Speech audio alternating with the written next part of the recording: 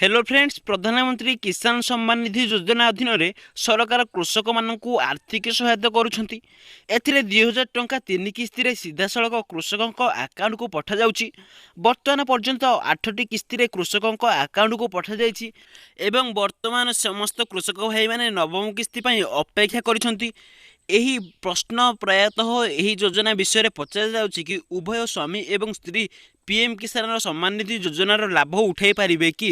ତେବେ ଆସନ୍ତୁ ଜାଣିବା କ'ଣ ନିୟମ ରହୁଛି ଏବଂ ଆପଣଙ୍କୁ ପ୍ରଥମରୁ ଅଷ୍ଟମ ପର୍ଯ୍ୟନ୍ତ ଯଦି ପିଏମ୍ କିଷାନର କିସ୍ତି ମିଳିନାହିଁ ତେବେ ଏହି ଭିଡ଼ିଓଟି ଆପଣ ଶେଷ ପର୍ଯ୍ୟନ୍ତ ଦେଖନ୍ତୁ।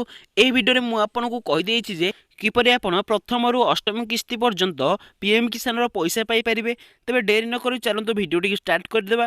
ଭିଡ଼ିଓଟି ଷ୍ଟାର୍ଟ କରିବା ପୂର୍ବରୁ ଆପଣଙ୍କୁ ଏକ ଛୋଟ ଅନୁରୋଧ, ଚ୍ୟାନେଲକୁ ଯଦି ନୂଆ ଆସିଛନ୍ତି ତେବେ ସବସ୍କ୍ରାଇବ୍ କରି ବେଲ୍ ଆଇକନ୍କୁ ଅଲ୍ କରିଦିଅନ୍ତୁ। ପରବର୍ତ୍ତୀ ସମୟରେ ଯେତେବେଳେ ବି ମୁଁ ପିଏମ୍ କିଷାନ ଯୋଜନା ଏବଂ କାଳିଆ ଯୋଜନାର ଭିଡ଼ିଓ ଅପଲୋଡ଼ କରିବି ତାର ନୋଟିଫିକେସନ୍ ଆପଣ ସର୍ବପ୍ରଥମେ ପାଇପାରିବେ। ତେବେ ଡେରି ନକରି ଚାଲନ୍ତୁ ଭିଡ଼ିଓଟିକୁ ଷ୍ଟାର୍ଟ କରିନେବା। ଅନେକ ବ୍ୟବସ୍ଥା ରହିଛି ଯାହାକି କୃଷକମାନଙ୍କୁ ଅଯୋଗ୍ୟ କରିଥାଏ। ଯଦି କୃଷକ ପରିବାର କେହି ଟ୍ୟାକ୍ସ ଦିଅନ୍ତି ତେବେ ଏହି ଯୋଜନାର ଲାଭ ଉପଲବ୍ଧ ହେବ ନାହିଁ।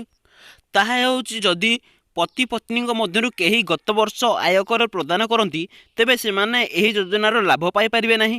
ଯଦି ଜଣେ କୃଷକ କୃଷି ଜମିକୁ କୃଷି କାର୍ଯ୍ୟ ପାଇଁ ବ୍ୟବହାର କରୁନାହାନ୍ତି କିନ୍ତୁ ଅନ୍ୟ କାମ କରୁଛନ୍ତି କିମ୍ବା ଅନ୍ୟମାନଙ୍କ କ୍ଷେତ୍ରରେ ଚାଷ କରୁଛନ୍ତି ଏବଂ ସେହି କ୍ଷେତ୍ରଟି ତାଙ୍କର ନୁହେଁ, ଏପରି କୃଷିମାନେ ମଧ୍ୟ ଏହି ଯୋଜନାର ଲାଭ ଉଠାଇବାକୁ ହକଦାର ନୁହନ୍ତି। ଯଦି ଜଣେ କୃଷକ ଚାଷ କରୁଛନ୍ତି କିନ୍ତୁ କ୍ଷେତ ତାଙ୍କ ନାମରେ ନୁହେଁ ବରଂ ତାଙ୍କ ପିତାଙ୍କ ନାମ କିମ୍ବା ତାଙ୍କ ଜେଜେବାପାଙ୍କ ନାମରେ ଅଛି ତେବେ ସେ ଏହି ଯୋଜନାର ଲାଭ ଉଠାଇ ପାରିବେ। ଯଦି କେହି କୃଷକ ଜମିର ମାଲିକ କିନ୍ତୁ ସେ ଜଣେ ସରକାରୀ କର୍ମଚାରୀ କିମ୍ବା ଅବସରପ୍ରାପ୍ତ ବସିଥିବା କିମ୍ବା ପୂର୍ବତନ ସଂସଦ ବିଧାୟକ ମନ୍ତ୍ରୀ ତେବେ ଏଭଳି ଲୋକମାନେ ମଧ୍ୟ ଏହି କୃଷକ ଯୋଜନାର ଲାଭ ପାଇଁ ଯୋଗ୍ୟ ଅଟନ୍ତି।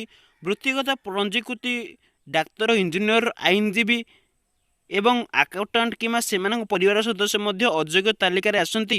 ଆୟକର ଦେଉଥିବା ପରିବାର ମଧ୍ୟ ଏହି ଯୋଜନାର ଲାଭ ପାଇବେ ନାହିଁ। ନେକ୍ସଟ ଭିଡ଼ିଓରେ ମୁଁ ଆପଣଙ୍କୁ କହିଦେବି ଯେ ପିଏମ୍ କିଷାନର ପ୍ରଥମରୁ ଅଷ୍ଟମ କିସ୍ତି ପର୍ଯ୍ୟନ୍ତ କିପରି ସମସ୍ତ ପଇସା ଆପଣଙ୍କ ବ୍ୟାଙ୍କ ଆକାଉଣ୍ଟକୁ ଆସିବ। ତେବେ ଚ୍ୟାନେଲକୁ ସବସ୍କ୍ରାଇବ୍ କରି ବେଲ୍ ଆଇକନ୍କୁ ଅଲ୍ କରି ରଖିଥାନ୍ତୁ।